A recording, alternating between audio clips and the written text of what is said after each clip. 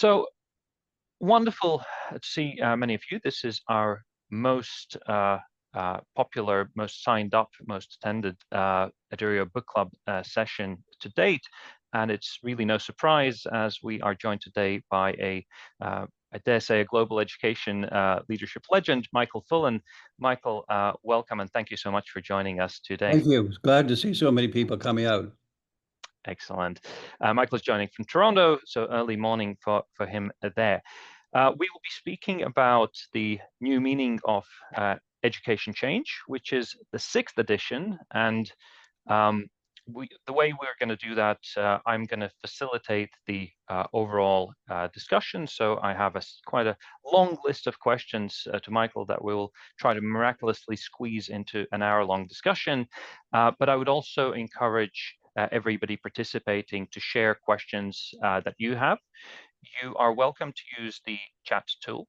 At the bottom of the screen, just to show that you are able to use that, I would love for you to say hi through the chat and say where you're from. The majority of participants today are from England, but we also, I know, have some international presence, people interested in Michael's work globally. So feel free to say hi in the chat, just say where you're from, and I will be facilitating any questions that you post there, but also feel free to raise your hand if you'd like to comment on something. So with that, let's jump into the discussion about the new meaning of educational change, the 6th edition. And Michael, amongst the authors that I've read, you're both, you've put out a lot of books, and we're just talking before this session that you have 4 more in the works. But you're also very, you can be very critical of your past work, and you're quite comfortably referring to things that you have you consider mistakes in the previous editions of this book. Can you talk a little bit about why now with the 6th edition and what you are trying to achieve with publishing this piece of work? Sure, that's and I'll be careful not to kind of give you the history of the 6 editions, otherwise we'll be here way too long. But when I was a beginning professor in 1968 in Toronto, I came as a sociologist, didn't know anything about education. I joined the newly formed Ontario Institute for Studies in Education. That's known as OISE. And so I was literally knew nothing. I had never even taken a course in education. So I started, my habit was started where I went to practice what was happening in schools, what can we understand, what are people saying. So I got onto this notion very clearly that there was quite a few innovations being talked about, open plan schools and new math and other things in those days, but hardly anyone was paying attention to what was happening in practice, implementation, in other words. So literally, I'm going to say, along with some other senior people like Seymour Saracen and others, and John Goodlad, we formed the term implementation into the limelight. This was 1968, 1970. So that implementation became a word and a concept that had not been used. People had gone along merrily innovating as if innovation was an end in itself, but wasn't happening in practice. So I became fairly critical about the lack of impact. And we wrote like a very strong, one of my graduate students, Alan Pomfret, and I wrote a review of implementation for a big journal in the U.S. And we said there's no kind of people aren't paying attention to they're paying attention to what happens for people to adopt an innovation, but they're not following through on what's happening. So I said what's missing is meaning from the point of view of the implementers. So that's missing. And so that's how I got on to the meaning of change. The first edition I published was 1982, and it was called The Meaning because it wasn't new then. Although it was new, I didn't have to call it new. The meaning of educational change. And then I got in the habit of every 8 or 9, 10 years doing a second, third, fourth, fifth edition. So when it came to the 2024, when the publisher asked me, yeah, we need another one, I decided to do it differently. And so I decided what I'm going to do is review the 60 years, 1965 to 2025, and say, what have we learned cumulatively? I'm not just going to capture 19 or 2025. I'm going to capture the history and the development. So that's how I got into it. And basically, the more I looked, and we'll get into these questions, so I'll stop giving you a full answer on this one by saying I find it more and more intriguing that there were hardly any examples of success that lasted, like I would say zero of system success. And by that time, we were looking at a new concept called systemness that I'll leave for now. I'm sure you'll get into it with me. But the book itself then is different because it traces over that 60-year period before the century up to 2000 and in 2000 to the present, and it's an ever depressing story, I guess I'll say, about system change. Mm. And in no uncertain terms, you have a quite a damning uh, description of the status quo. So in the book, you say currently the status quo does not work for the vast majority of students and for many of their teachers and parents. So in reviewing these 60 years, is it fair to say that you are concerned about the current state? And can you talk more about that? Yeah, I think what one of the it's almost common sense, but one of the surprises, taking the word meaning even more deeply, let's say, is that I'll just use Richard Elmore as an example to confirm this. Richard Elmore, who passed away a couple of years ago, he was one of my heroes along with Seymour Saracen. He was at Harvard. He was the person that really did his work close to in the classroom, in the schools. He was always immersed in that. He wrote brilliant pieces on what would be needed for a change to be successful. And what he kept finding was only pockets of success, like 5% might be doing it, but it never went anywhere. And he was the brilliant, insightful guy, and then eventually he got so depressed that he gave up on it, and he gave a famous to me interview, a podcast, in 2021, 2 months before he died, as it turned out. And in the podcast, which is about 75 minutes long, he said he said that people, students and teachers, are not finding any meaning in school. There's no sense of purpose. There's no capturing of what education is doing that's relevant to the lives of students and now increasingly in students, teachers, I should say. So he said, pretty soon they're going, teachers and students, he said, are just going to walk away. They won't stand for it. It's nothing. There's nothing there. So he was that depressed at that stage, even though he had the best ideas of anybody I knew. So I think that's a pretty accurate summary, because take the meaning of educational change, the sense of purpose about public education, the sense of purpose that students have, that teachers have, just keep it at that, is very poorly developed. And I think the various data that I feel confident in saying only about, at maximum, 20% of students find a sense of purpose in schooling these days. You can take Australia, you can take US, you can take UK. The purpose is just missing. And then if your purpose is missing, has no meaning for students, and then along comes COVID, and people then legitimately stop going to school even more so, because it took the roof off, or the exposed it all, but it was already there. It was in 2020, before COVID. It was that terrible. It just became more pronounced once we saw it up closely. So that's I wanted to say that. Then I provided the proof. One proof, for example, is PISA, which started the first tranche of PISA was the year 2000. And it's every 3 years, as you know, since then, literacy, numeracy, high school graduation. And Andreas Schleicher has said this too, and the data are there clearly, is that education, as measured by the PISA measures, has not increased and or has declined ever since they started to measure it. In other words, every measure, 2000, 2003, 2006, up to the present, shows decline, cumulative decline, rather than cumulative development. So that's shocking.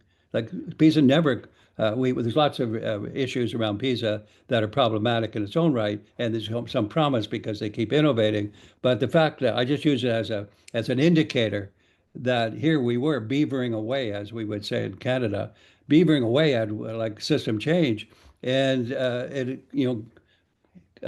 government after government came and went, and there was little retention, blips of good things here and there, but net loss Yeah. cumulatively all through that period, 2000 to 2025. Yeah, and it's felt like, and this is corresponds with what the Edurio data shows in the UK with engagement worsening, well-being worsening across many stakeholder groups, and some of the challenges growing.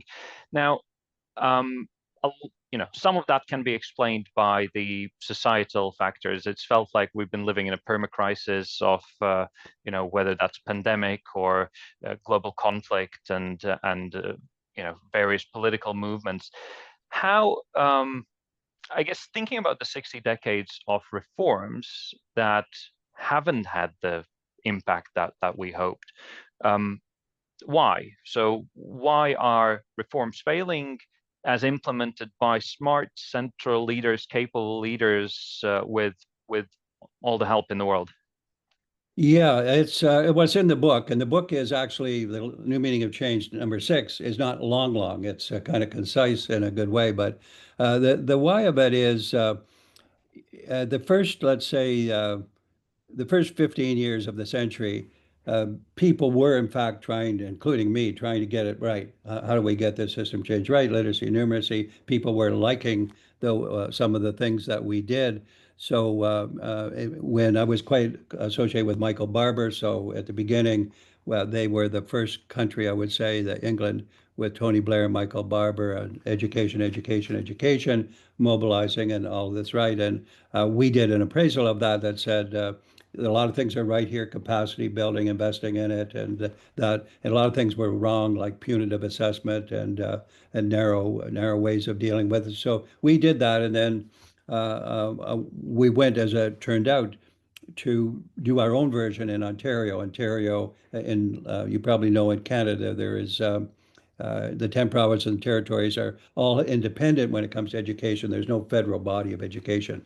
So Ontario has 5,000 schools, about 2 million students. And I was advisor to the premier, Dalton McGuinty. And so he had seen what, as he was being elected for the first time in 2003, he had seen what England was doing, came to me. I gave him a copy of the second edition of the New Meaning of Change, he and his advisors. They came back 5 days later and said, this is what we want to do. So what can you advise us? So we then went into 10 years, 8 to 10 years of advising. We got success. OECD loved what Ontario was doing. Everybody wrote about it. And so we got it through capacity building. And that took us to 2008. And then in the Dalton's third term, which was 2008 to 2012, things started to fall apart. So that was the promise of it, I'm going to say, that we thought we knew we were doing. When I did the review going back now to that period in 2025, I'm going back to that period I just described. I called the decade, the precise year you can fool around with a bit, but I called the decade 2008 to 2018. I called it in the book while we were sleeping.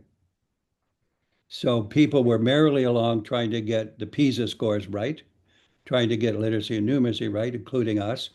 And in the meantime, if you were looking closely, you found an eroding sense of purpose about students and teachers. You patched it through. You built up more support. You insisted more. You did more. You tried to refine Ofsted so it wasn't so annoying and could be helpful. So you have that kind of recovery of that model. But it's interesting to know, and I do this, and we're doing a lot of this now with AI. AI was being developed from around 2008 to 2018 or 20 when it came out full force with ChatGPT. So it was being developed all the time. We know the history of that now because it's written about it. But while we were sleeping, nobody really knew about AI in the sense when it hit the streets, it was like, where'd this come from? And so yet it had been being developed all that way through. The second major force for society that I'm going to say was negative because it was kept under the ropes. The second major force was the growing inequality of financial distribution of what systems were producing in terms of monetary. And there's a three or four women economists led by Mariana Mazzucato, who's in London based, I think. So Mariana and her team, they wrote that. They began then to say, trace this from 2008 onward and earlier, actually. They showed that the GDP, which kept going on a plus side, that 80% of the GDP were going to the rich, the owners, and only and less than 20% was going to the workers. So the growing inequality from economically was obscene actually, and we've got the figures now. We know that. So when I was going along my optimistic trend bent, I wasn't aware of AI going on because it didn't come out and smack you in the face until 2021, let's say 2022. And the growing inequality was there, and people were suffering the consequences, but it wasn't crystallized in terms of why this is fundamentally bad for society. So I think the reason is that uh, you can pinpoint the reason by saying education during the period prior to the COVID lost its sense of purpose, that only that at best about 20% of students were finding it, and even those that were finding it were finding they were getting education because that was the good thing to do, and their parents could afford it, and that. But the society wasn't improving, and those students' lives were not improving. The ones that were successful were not getting better. So the whole thing was wrong prior to COVID. And then the two things that happened since COVID exposed it all because people were sick, went to school less. It was easier not to return to go to school as much as people did. And nobody was fixing the problem the way that I've described it in the meaning of change. We can get what fixing the problem looks like, but people weren't working on that. So I think we got worse and worse. People got more and more depressed. And then the well-being and learning never developed. The societal experience never developed. The vast majority of students and teachers didn't do that, and so there's quite a bit of that in the book. And one of the most blatant titles I think is Dean Ashton in Australia. He wrote a book, a pamphlet called "Beaching the Whale." Australian term thinking about, and he showed what I've just described of deterioration. He showed it chapter and verse for Australia. That is, great people come into government at the federal level. They have great plans. They as in Australia, articulate the plans is going to save the country and the world, and the promises are incredible, and the confidence verbally is incredible. And then it just kept going down because lack of purpose was missing. And you cannot rescue any organization or any individual if you don't have a sense of purpose and it's not shared, where people are working on the new shared sense of purpose. Literacy and numeracy is essential, but it's not a winning sense of purpose to save the day. Thank you. Yeah, we've really covered quite a lot of the societal challenges. Uh, does anyone within the attendees, would anyone want to come in with either a question or comment from what you see in your schools? I'm just going to pause here for a second.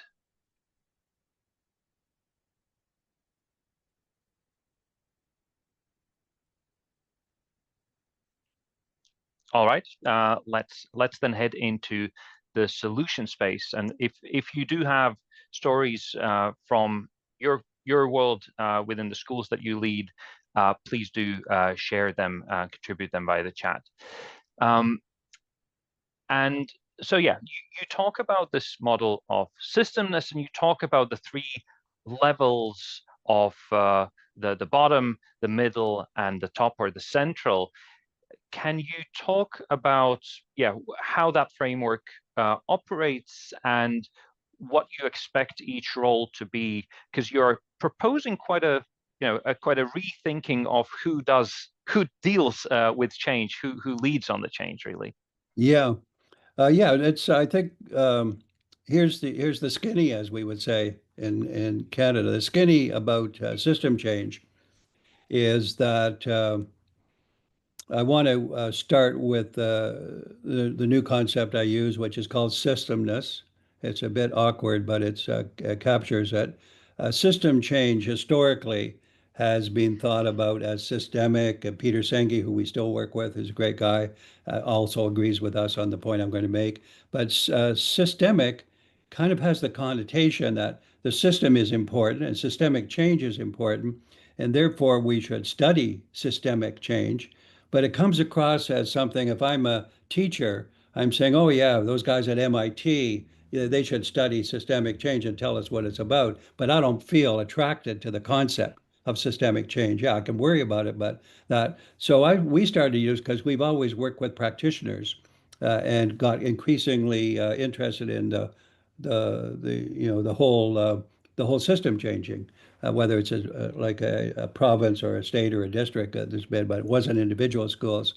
So that we started then to see that in those cases where we're getting progress, that the key was to refigure the three levels. And this is a bit of a generalization because you can slice and dice it into 5 levels or 7 levels. But the three main levels, I think, for most people's purposes, for mine right here, is you have the top policymakers and politicians and the policy uh, um, wonkers in the system that are developing policy.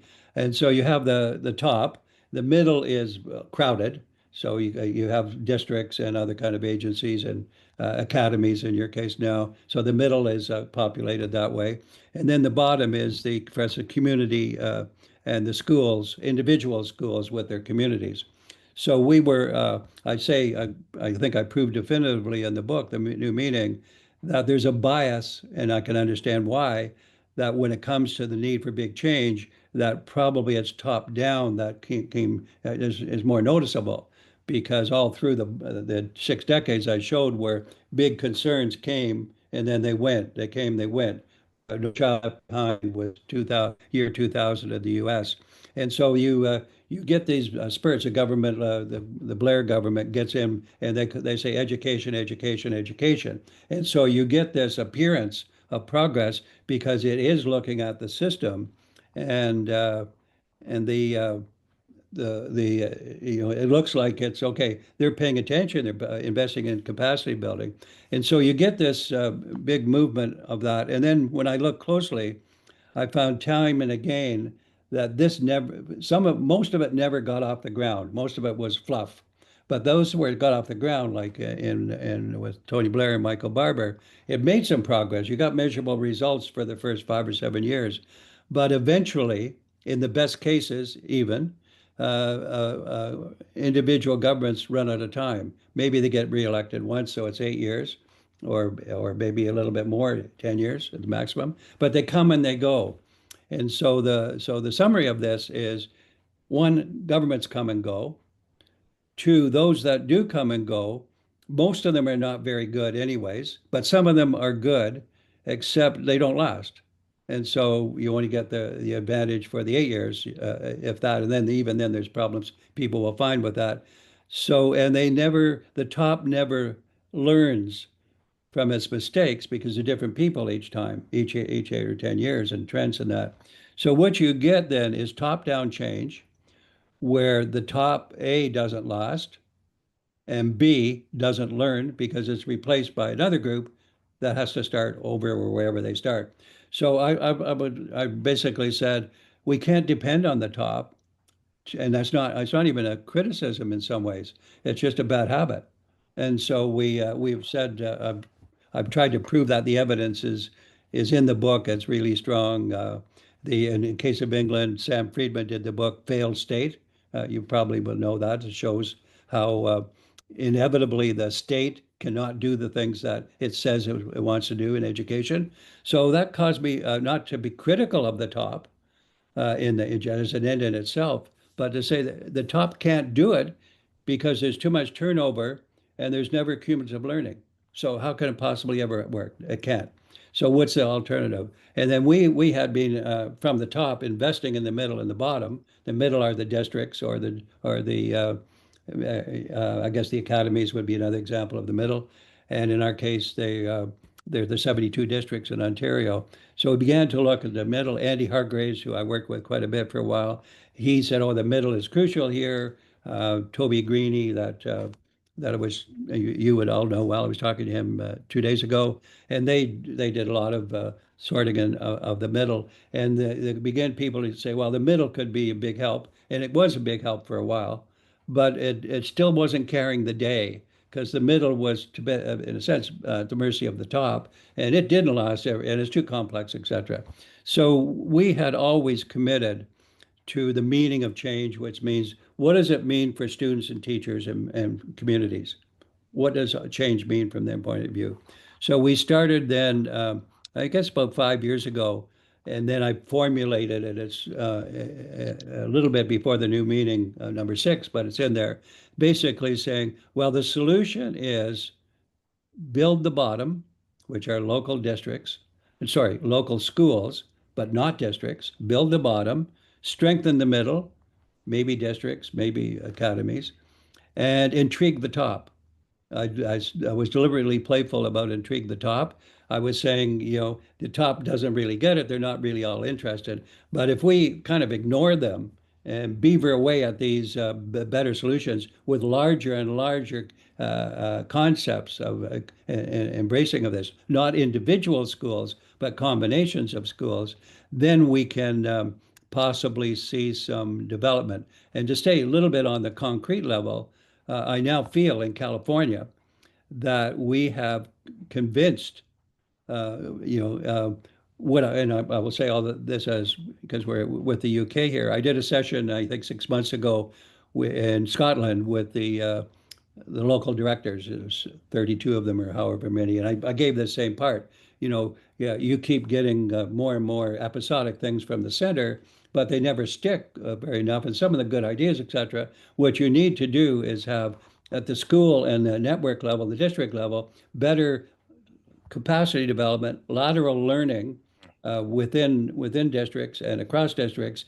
and then proactive with you as directors, proactive development there, and then furthermore a different relationship with the top, where basically you say, if you've earned your right to say this because you're doing good work at the bottom and the middle, that top, you don't know what you're doing. You wouldn't say that explicitly, but that's the notion of it. But we wouldn't mind working with you if you change your tune.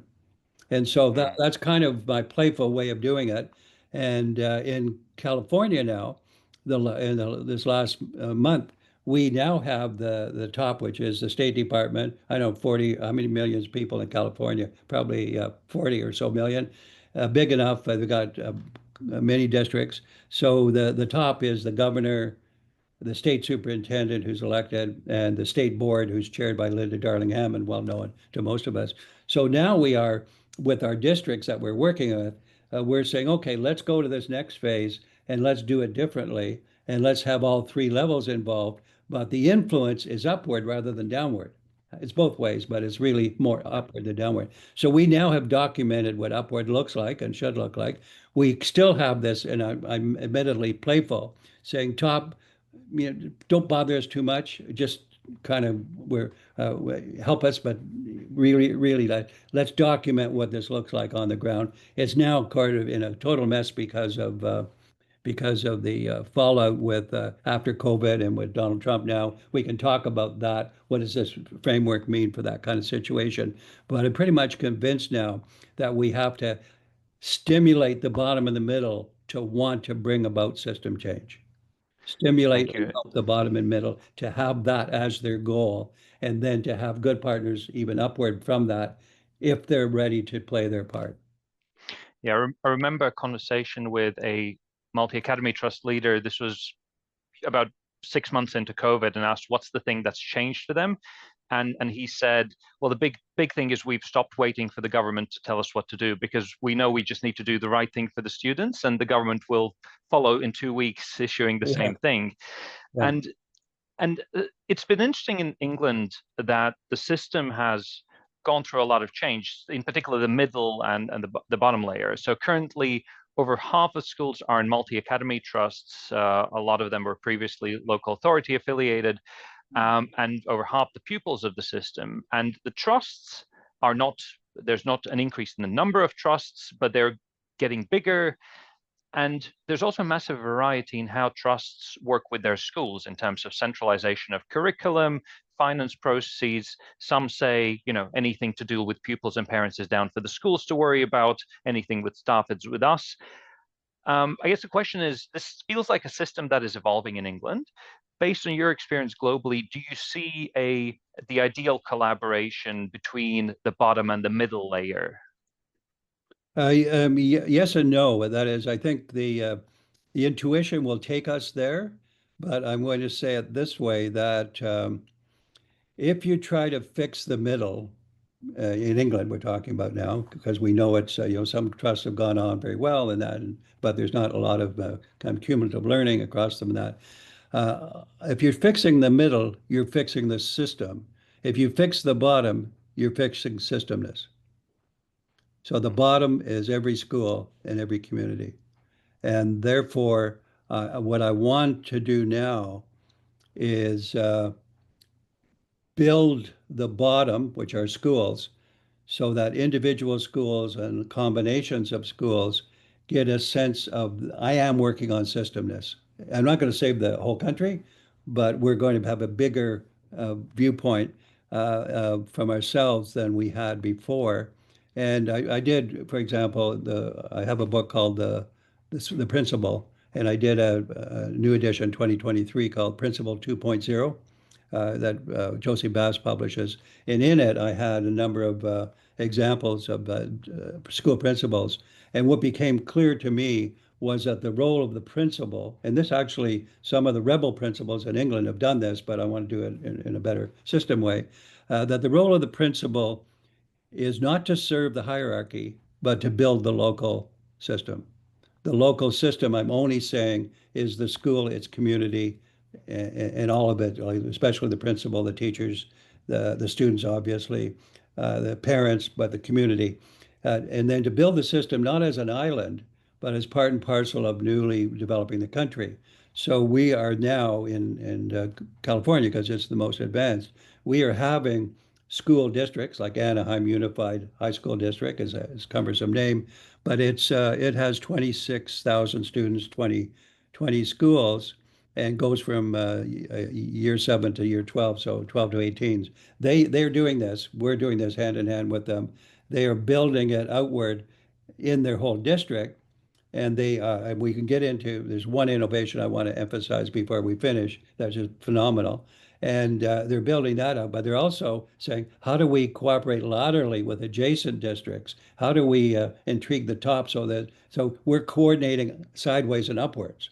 That is what they're doing. So it would be an obvious mistake, let me put it that way, for England to shore up the coherence of academies within and across academies as the solution. You have to shore up and develop the local school as part and parcel of that movement. Thank you. There is a comment from Dan. Dan, would you be okay to come in and share more of your question/provocation, as I'm sure you can do it more eloquently than I can from reading? Well, thanks, Ernst. And not so essentially, I agree with the premise, and I think the thinking is right, obviously. It's what I struggle with in having read through and also as a trust leader for some years and working with other trusts is what I see sometimes as that fundamental contradiction. Because if we see that transformation outside of the top is transformative, how in practice do we do it in a way that isn't always mediated, again, if not co-opted by the current and prevailing structures, accountabilities, and ideologies that sits both at the center of any organization or education organization and the system as a whole? And then I put it more bluntly, I suppose, are we kind of fooling ourselves sometimes when we talk about taking capacity outside the centre, when the political realities and indeed the true system change actually will only ever come if we're disrupting the central control, which is the fundamental premise? So my question is driving at, in some of his thinking, are we going around one of the issues, which is the the hierarchy that exists in this space, as opposed to challenging the hierarchy as it manifests and has continually manifested through various forms and in different systems. Yeah, well, there'll be 1,001 good questions about this move I'm talking about. Mm, So I admit it.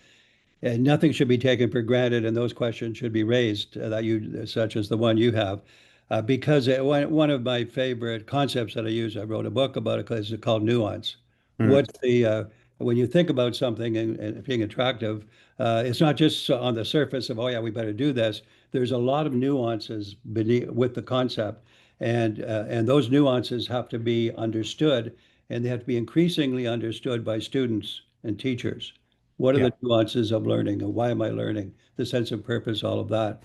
So I think you're quite right, and we say we should start with the combination of wanting to do what I'm asking for, but also to be skeptical about how it could go wrong. The way you would, I want naysayers in there to be skeptical.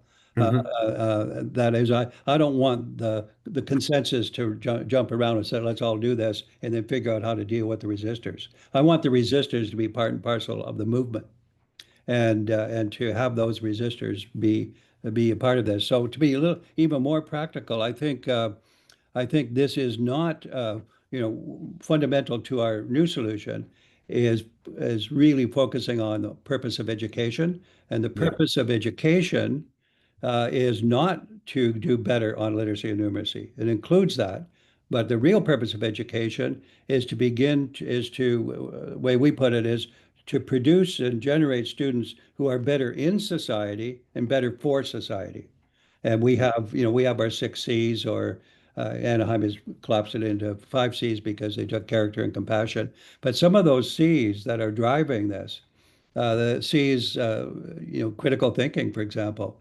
Hmm. Critical thinking and creativity are more important of the 6 C's than character and compassion, because you can find character and compassion all over the place. But can you find critical thinking and creativity? You need all six. And so our people we're working with are using those as stimulants and developments of that. So I think it's going to be and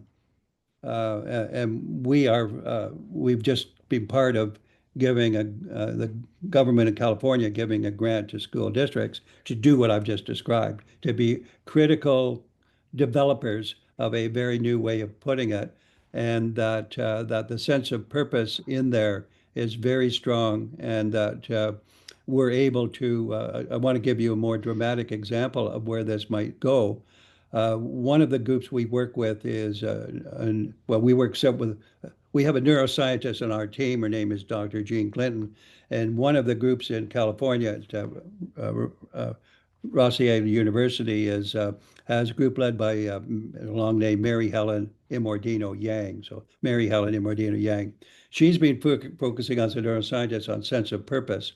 And Hmm. what they've done in their samples is say, okay, let's take a group of students in California. There are lots of diversity and inequity and poor, all of that.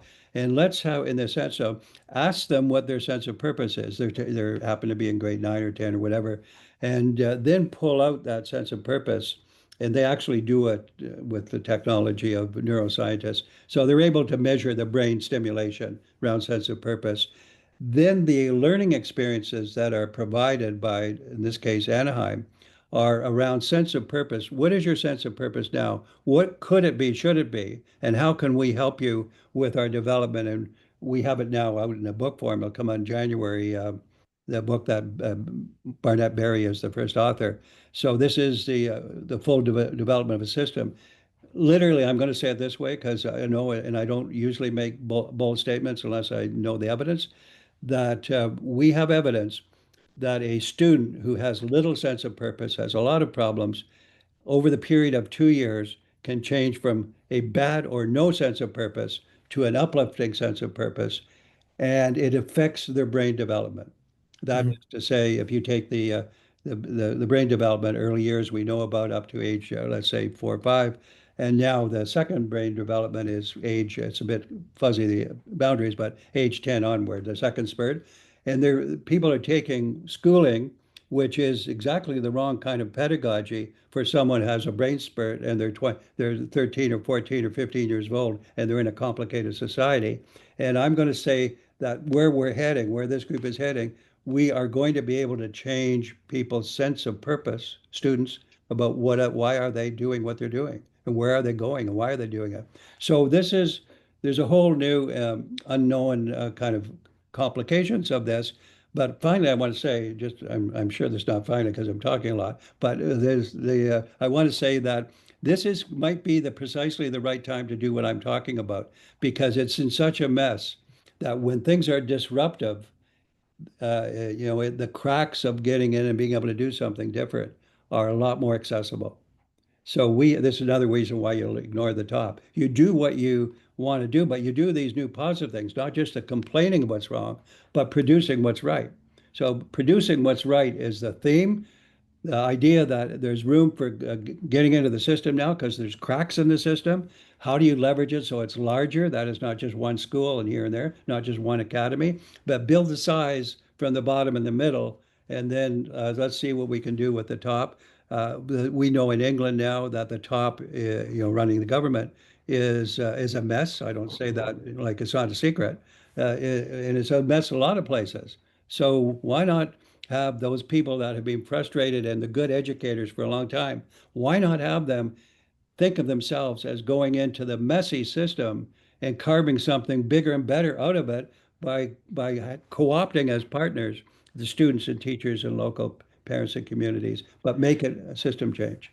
And Michael, there's an excellent question from Benedict, which is if you think about the middle and the bottom as the ones working on change, how do you scale that? How do you ensure consistency across communities and equality across the country? So how do you move from the bottom layer to the middle to beyond? Yeah, that is an excellent question. And I think the edifice we're building here is lateral and vertical simultaneously. So the lateral is, Anaheim started with a few schools. Now they've got all 20 schools doing this. And on top of that, they have cooperation with other districts. So it's lateral within Anaheim. So each of the schools and the communities are learning a lot and part of that kind of composition. And then when we go to the next phase, we have multiple schools involved in that. And now the top is paying attention. So we have 10 philanthropic organizations, the Hewlett Foundation, Gates, et cetera, who have just recently pooled their money in California and said, this is all public, said, we're going to invest in this kind of work. And we don't want to do it one foundation at a time. We want to coordinate it so our money is not split all over the place. So they're just, it's called Youth Thriving in Complex Times, whatever label is. So we're attracting these people who will flesh out the better lateral learning. So 2 points I want to make. Increased lateral learning within the school, increased lateral learning across schools, increased lateral learning across beyond like academies in some way. And then as you do that, have lean but focused initiatives from the top. What are you going to get from the top now in England? I don't know. I'm not there, but I don't see much clarity likely on the education file coming from the top. But I could see the lateral development that draws out the implications for how the top could be less annoying, less intrusive in the wrong way, and more helpful, aside from staying away. That then more helpful may look like something this plus that plus that. So I think it's an organic development. It's a bit of a long shot, except that we're able to do it now because it's so messy. If it was more organized, we'd have more problem doing it. Of course, yeah, and it's somewhat hopeful that we see leaders in England from the middle layer heading into the top. So both in the regional director's office and Ofsted, people who understand the middle layer, hopefully. So we are I'm hopeful of some increasing interest on the top. Now, just before you leave that, I'm sorry to think about this, but I think when the good leaders at the middle and the bottom, when they move up, they should not move up to improve the system from the top. They say, oh, we know we could have done it differently, and now that we're able to be in a position, let's do that. That's not the point. The point is not to do it differently, it's to change it. So I want people to move up, but I want them to move up in order to change the bottom up strategy we're talking about, Hmm. not to get the center organized better only. This is really interesting. And as the complexity in our society has grown, as things change faster and faster, then this fundamental shift of power to the middle and bottom is more than just learning and moving up and implementing. Yep. If we get practical, you talk about the 8 steps to revolutionize education in your final chapter, and you start with the purpose, meaning, and belonging. And there's a question earlier in this session, which is, what do you mean by purpose and meaning? What is the fundamental outcome? What does a child with purpose look like compared to one without?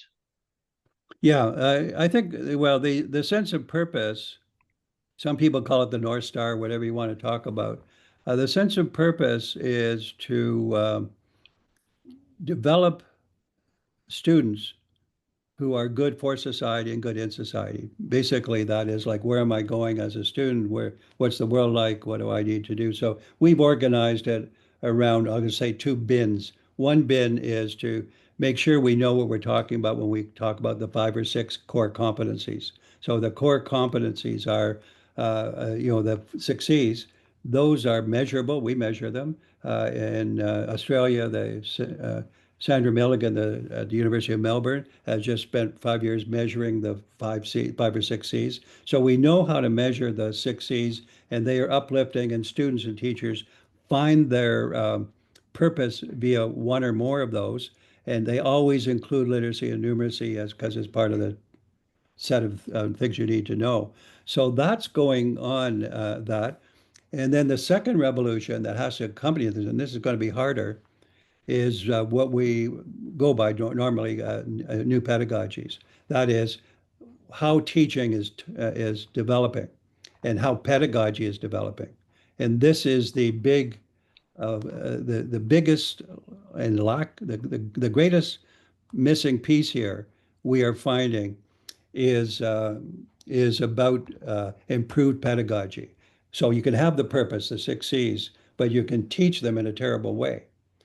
So we want to now shift to pedagogy and the new pedagogy, and we have it in our model, and there's the big advancements actually are in pedagogy, and I'm going to put it in a kind of really odd way by saying improving well-being is easier to figure out than improving pedagogy. Improving engaging learning of the kind we're talking about is actually more complex, and we know less about it than we know about well-being. We know quite a lot about restorative practices, how to pay attention to well-being, and we can see, and we've got a couple of examples. I won't describe them in detail, where a group has paid attention to well-being, improved well-being, and learning didn't go anywhere. Well-being, people felt a bit better, and it was more stabilized compared to before. But the real breakthrough for the future, especially now with AI in the mix, is to figure out what is great pedagogy. Great pedagogy is the kind I mentioned before about transcendent learning. How do you take a student who has a limited sense of where they are in life, and then has an inspiring learning sense that I want to be this in this life, and this is what I'm going to do, and they have to be taught and developed in a pedagogical sense. So the pedagogy of system change is the weakest link. Fascinating. And thinking about, you call in your work, both on the system level and within school, to dispose of some of the traditional hierarchies that exist there. And one of the phrases that I read in the book is, you say teachers and students need to be experts and apprentices to each other. And I was thinking, well, what a scary thought for a teacher to to essentially empower the students to perhaps challenge, to perhaps be disruptive, etc. So can you talk about how do you see this change of the role of the student in the school happening, and how do you manage that with the teacher body who are trying to catch up with all the technology and all the innovation? Yeah. So if we take the hierarchy, I think the issue is not that there should be no hierarchy. It should be less of a hierarchy. So when I say develop the local system, and I'm talking about the school and its community, I'm talking about the teachers and the students, the parents and others, and all of the learning that goes on there.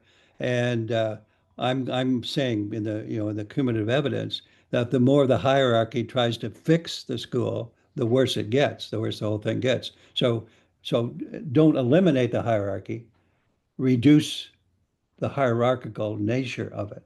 So reduce the hierarchical nature, still hierarchical, but less so. So then you start to then increase the horizontal learning, which are students and teachers working together and others. And I think there's a lot of evidence to show that students have a natural inclination, 5-year-olds, towards systemness, that Peter Senge and others are uncovering what that looks like. That students, when the students should not want, and most of the ones that I know in this way, do not want total control and say put teachers aside. They just want to be part of the partnership. So students and teachers partnering. In England schools, there's actually a lot of ad hoc examples of what I'm just going to describe here.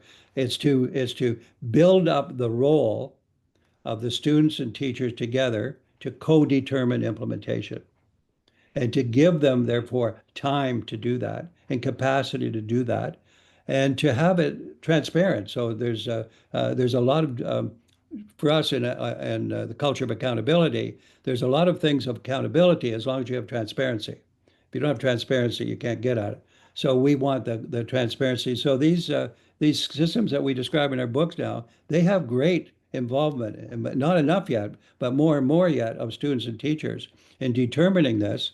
And a lot of schools, I got to say, I'm not as close to the English schools as I might be, and for that matter, also, let's say Scotland and Wales and Northern Ireland. There's a lot of good things that have gone wasted in the last 20 years of the kind I'm talking about. And if they could be front and center, it's that we have, I mean, I've got a flywheel as one of my new things. I think of this in the flywheel, which is accelerating the changes I'm talking about. Proximity to practice is one of the principles. So you have to be close to practice. That specificity is another one. How do you get specificity of learning? Specificity without imposition is a second one. Then the kind of the way in which AI can accelerate some of this, if the education model is in charge of AI, we can talk about that, and then and the assessment part comes into that specificity, and then the other one is speed. That if you have the flywheel I've just described, the changes I'm describing can happen in given places in 24 months, not 5 years. And so this, because the flywheel is the flywheel, and if it's proximate, if it's specific, if it's got technology helping it, if it's got the access to ideas, it feeds on itself, and and learning can just go crazy in a good way. And I've said before earlier that when we pay attention to well-being but not to learning, we don't get the payoff that's needed. If you start paying attention to both, and teachers and students are co-developing that, and good leaders are helping, that is school principals and other teachers and others, you can move fast in a lot of different ways. So anyway, that all of this is, we're doing it by doing it. So in that sense, it's more helpful. But we're also inviting people to do more of it and discover more things that we haven't discovered yet that they will discover if they follow our advice. And we don't have a lot of time left in this hour, so I just wanted to quickly pick your brain on AI. You talk about it in the book. We see it exploding all around us. Are you Enthusiastic? Are you worried? What's your take? Yeah, that begot an eternity to talk about it. Yeah, we're all over it in our practice. Here's the short version, I guess, is that first of all, and generally, people don't know where it's going. I just got a book yesterday. Here's the title of it. It's about AI. If anyone builds it, we all die. Everybody dies. So so we know that it goes wild. That's one thing. It's literally not controllable all the time. But secondly, to get a little more down to earth, it's also the case that let's call it the allure of modernity, that the big tech who always say they're helping humanity when they do this. I don't believe them for a moment. I think they might be thinking in their own domain, but they aren't like that. So big tech is saying we can now make it easy for everyone to access and learn with speed and with development. And what we see is, and this is the negative part, because I just want to do one negative and one positive. The negative is a lot of people, a lot of entities are enabling this, where teachers and students can jump holus bolus into AI, and they can learn literacy and numeracy faster that way and some other things. And it's like we have an expression, I don't know whether it's same in England, but it's like sometimes it's like a baseball expression. If you hit a triple, if you're privileged, sometimes it thinks like you're born on third base, but you think you've hit a triple. So you're born into this alert modernity, and you think you're wow. So, but the fact is that will represent the easiest route to new learning and the fastest way, maybe even to literacy and numeracy or some of it, but also the superficial. The allure is it will be superficial learning. So that's big danger. This is why the second alternative I want, and we have our prime example in Ottawa Catholic, 45 schools, 80,000 students. The whole place is like what I'm going to describe, is they are learning the 6 Cs and the pedagogies that we're describing here. And they're using AI, and they've developed for all of their students and teachers, all of them, 100%. The sequence has been, it took 3 years. Um, Exposure to AI. Let's not make any conclusions here. Let's just get familiarity. Then we will shore it up with having, you have to be literate in AI. So we'll have some short little common things that you need to know, do's and don'ts. So they do that number 2. This is year 2, they're doing it. And then year 3, how do you go all the way for system change? So they're teachers and students. Remember, I'm talking thousands of students and teachers. They have co-developed, and we've written this up. You can see it. Is they've used AI for deep learning explicitly, and they do it with this building blocks of AI. We're innocent. We don't know what it's about. Let's explore it. 2, second, how do we certify ourselves in the good use of AI? So they do that deliberately. And then how do we go all the way to get big learning? 3 years, and it's in my newest book on the 6 secrets. But so I'm AI, beware of it. Don't use it holus bolus. Use it cumulatively, and use it as AI is the pedagogy that I've described and the systemness I described is the driver. AI is the deepener accelerator, as long as the causal sequence is that way. Thank you, Michael. That's all we have time for today. Unfortunately, I would have gladly continued this conversation for another hour, and I'm sure many of you would as well. Michael mentioned he has 4 books currently waiting to be published. One on Systemness, and we'd love to welcome you back to sharing some of your lessons with thought leaders from England next year when that is out.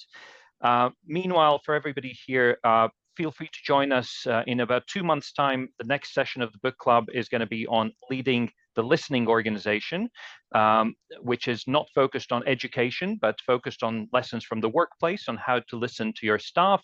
There'll be a link shared with you, as long as well as resources from Michael and contact details if you want to follow up directly with him. So thank you so much, Michael, for joining us this morning from Toronto, and thanks everybody for contributing. Thank you for inviting me.